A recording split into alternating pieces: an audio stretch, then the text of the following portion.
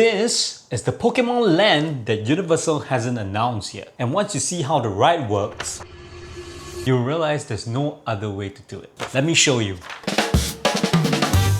So since Pokemon and Universal announced that they are officially working together, it's been rather obvious that they are going to be starting with Universal Studios Japan. And I'm pretty sure they are not just gonna build one ride, they're gonna build a whole land. Why a land? Because Pokemon is the biggest IP in the world. They're not just gonna build one ride, that's like leaving money on the table. And for years, since they booted out Spider-Man from New York City in USJ, that place has only been home to Detective Conan, a seasonal placeholder. Well, bad news Conan, you're next. Well, how about space constraints then? Let me show you. The New York area is roughly the same size as Super Nintendo World, which means fitting an entire Pokemon land here isn't gonna be a problem. So, being impatient, I've completely jumped the gun and designed the whole land. This is the land layout. I'll walk you through it exactly how a guest will experience it. I specifically designed this to look like you step right into the game. Every placement here is intentional. Right here, the gym. Next, the e-ticket ride. We'll circle back to this because I've designed not only the land, but how the ride will look like as well. A 2-story flagship Pokemon Center, Hi-Hat Cafe from the famous Detective Pikachu movie, and then we will have Central Park where we'll have exploration and meet and greets. We're talking Pikachu in bushes and Pidgeys in the trees, all interactive.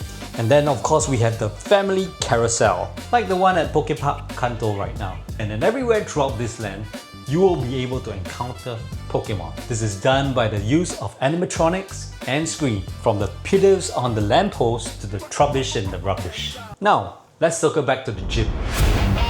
This isn't a walkthrough, it's a stadium-scale stage show.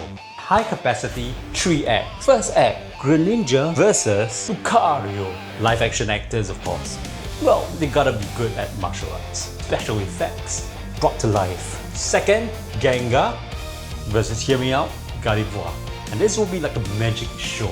And you have random Gengars coming out here and there. Stage magic. And the finale, an aerial battle. Just like in Untrainable, the famous show in all the Universal parks right now, where they actually have a flying Toothless flying around the skies. Well, imagine a flying Charizard versus flying Dragonite flying over the audience. You'll feel heat from here and there, lighting and neon lights and poo poo poo and screams, imagine smoke effect.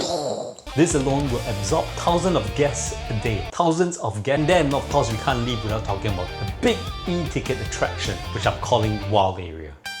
Universal rides always have this special DNA about them. Child-friendly, simple story, impressive show scenes, and a little bit of innovation. So this ride will not be a crazy coaster. This is our ride vehicle, an advanced trackless omnidirectional vehicle, a smart car. It can rotate sideways, pivot, stop, and this smart car unlocks the entire ride for us. Like most of the best rides nowadays, this will use a mixture of screens and animatronics. And if you see in Monsters Unleashed, the animatronics can really go haywire.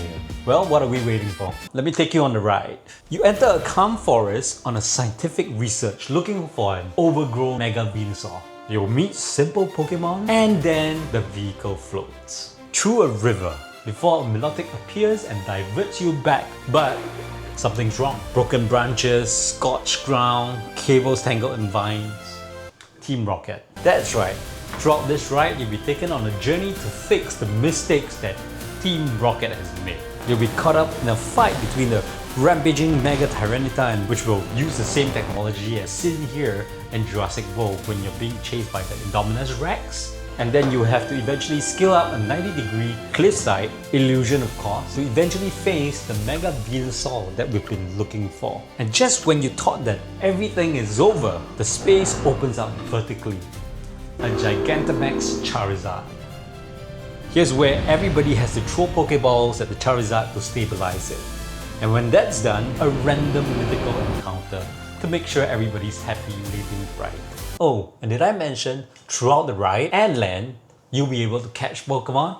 Yep, that's right. Universal loves making it interactive. Throughout the land, you'll be able to throw Pokeballs at Pokemon Well, obviously not like that. You're gonna hurt someone with using a QR code and probably a wristband. That's right, a QR code Pokédex. When you put everything together, all of this stops sounding like speculation. It's gonna be inevitable. Pokémon doesn't need to be louder, or faster, or scarier.